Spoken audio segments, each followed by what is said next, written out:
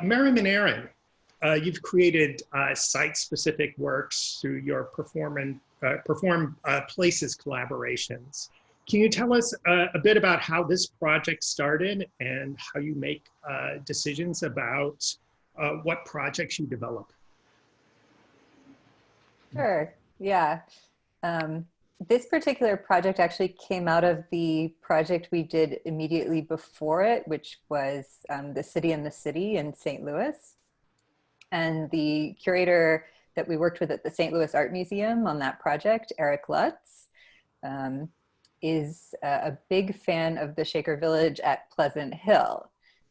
He wrote his master's on Shaker gift drawings, and he's been coming to the Pleasant Hill Shaker Village for years and years, every year on his vacations with his wife, Rena. And he said to us when we were in St. Louis for our kind of final visit with the show being up, he said, you know, you should go and visit the meeting house at Pleasant Hill. I think you could make something really interesting there. So, Erin, you want to take it from there and tell everyone what happened?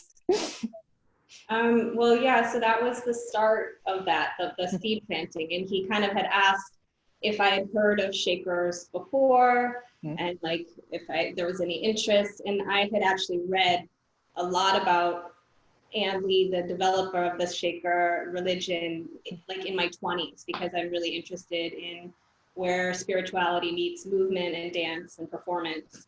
And so I was like, yeah, I've heard of the Shakers. And I was like, isn't that some kind of like cult? And he's like, no, you know, like you should really like check it out. He's like, there is a, you know, highly organized community. And I think you guys might really appreciate what was going on there. And now the villages have, like, let me pause a second and go back.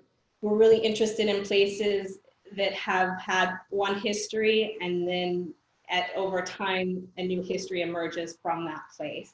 And so because it was a village that was an active community and thriving, and now it has become more of a place in which people go and see what used to be there. I think that's why he also thought we might be interested in it, and like how a space develops and changes over time, its use. And so I think that was also of interest for both of us.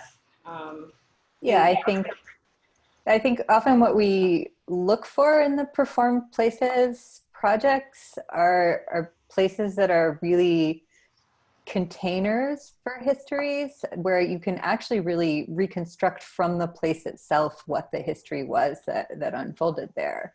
Because I think we are really interested also, you know, in histories that are maybe not written or not completely documented or recorded in kind of official histories, and using performance and using film in some way to kind of like speculate backwards from what has been left in the present to what might have happened in the past but wasn't completely recorded or passed down.